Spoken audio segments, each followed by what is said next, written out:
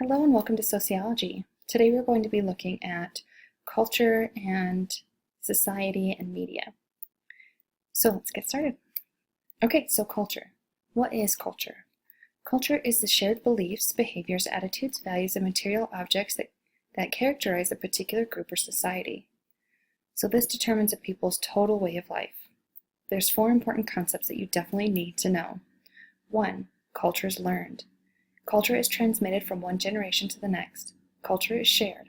Culture is adaptive and always changing.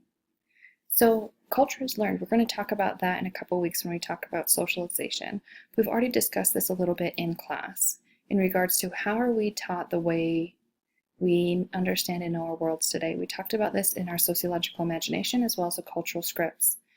Culture is transmitted from one generation to the next, which means that when families create and continue to grow, they often transmit those ideas and beliefs to the children who are in the families in the next generations, even if those children believe that they are completely unique and nothing like their parents or grandparents. They will have some elements of that same culture transmitted. Culture is shared. So culture is not unique unto one human. Culture is shared and created by society as a whole. Culture is adaptive and always changing. Much like society, culture is changing. Culture and society are reciprocal, right? So much like society is constantly fluid and in flux, culture is constantly fluid and in flux, and can be constructed by subcultures, countercultures. Culture is not stagnant or in one position. So let's define culture a little bit further.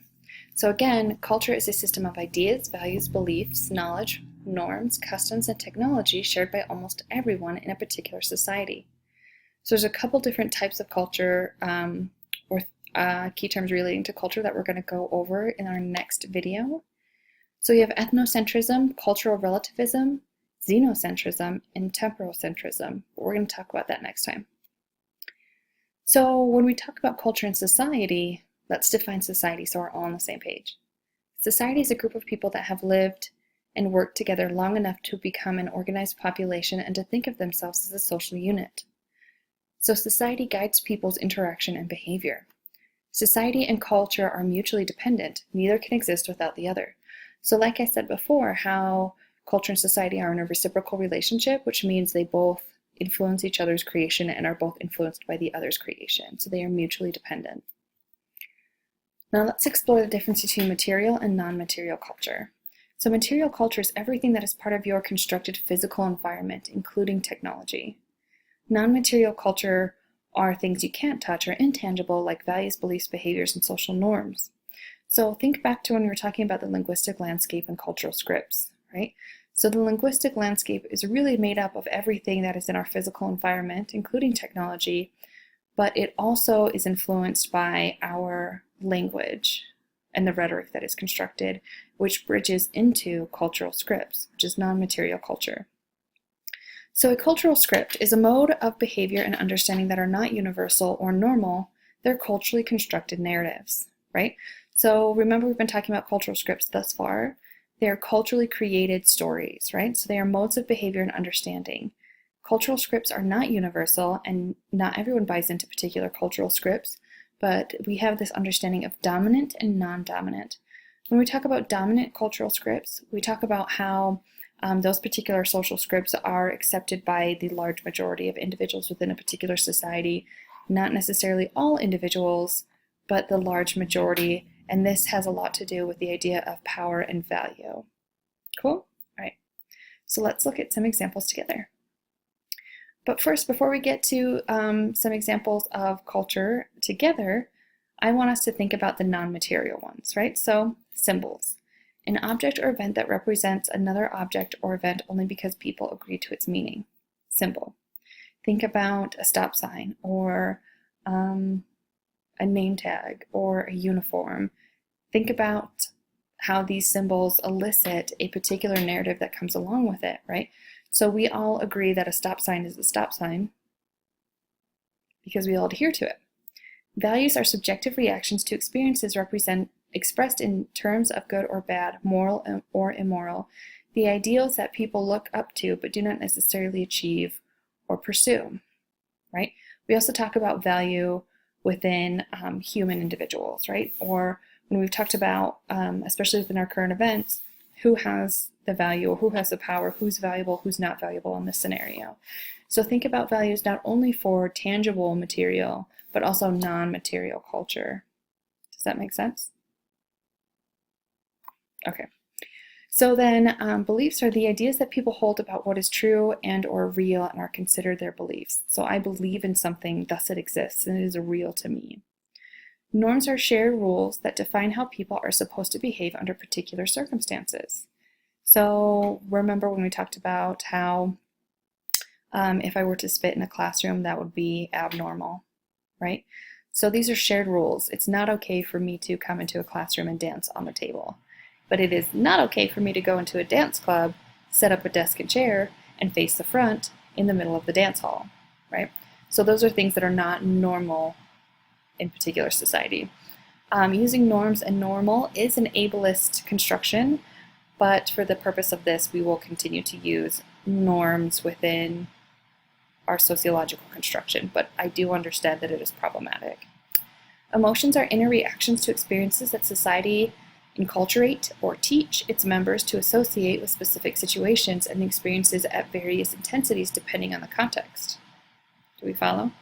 So oftentimes we are attempting to police people's emotions in our culture when identifying like your emotion is not appropriate for this, why are you reacting so strongly?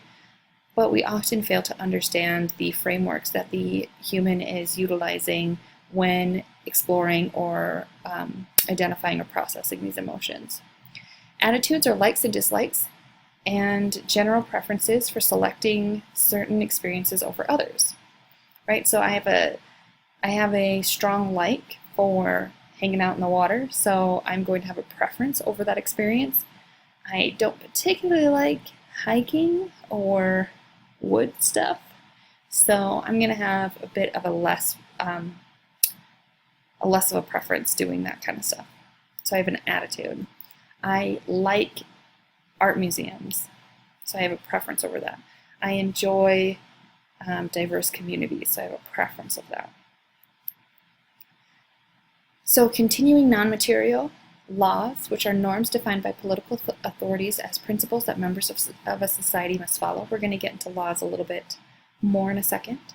Perceptions are the idea of cultural phenomenon which may vary from person to person due to their own unique experiences. So my perception of a reality might be very different from your perception of a reality, which might be very different from a classmate's perception of reality. All are incredibly valid and important, and we can use the act of witnessing to allow those to exist simultaneously. Go back to the self-regulation PowerPoint if any of that was confusing to you. So aspirations are the ambitions or goals that are valued and desired within our culture. So in our particular culture, we have what is identified as the American dream. And so we can identify that those ambitions of having a successful career, having a big house, a white picket fence, a dog, 2 children, cars, things of that nature, these are ambitions that are desired within a particular culture as a dominant. Not necessarily every subculture within the United States has those same ambitions or goals, but in a whole, what we reinforce within media and our culture is to have this American dream. So then the technological knowledge is the human knowledge of the techniques and methods for subsistence or how one makes a living required for survival, right? And then the control or adaptation to the cultural or natural environment. That's a lot, right? But basically, just think of technological knowledge as everything that we understand or know in regards to technology and how we survive. Cool. All right, so material objects of our culture. We have artifacts, which is the material products of culture, past and present, right? So think about artifacts today. We have an iPhone. I'm on a Mac. We have TVs, we have all the stuff that are our current artifacts. We can think of historical or past artifacts being the type of clothing people wore, the technology that they used. Speaking of technology, let's go to the next one, which is technology, the tools and products used for subsistence and or control and adaptation to the culture and natural environment. Note, we have technology twice. But in the non-material culture, we have technological knowledge. In the material culture, we have technology, right? So in the material culture, I have my iPod. Well, that dated me. iPhone, right? And then we also have the technological knowledge of how to navigate that, right? So we see that individuals who are born recently are much more influenced or much more have a stronger understanding of the technological knowledge than individuals who are older. And we're going to talk about that later in the semester, which is the technology gap. Cool? All right, so again, culture has several key elements: symbols, languages, norms, values, technology, and material culture. Let's dive into them.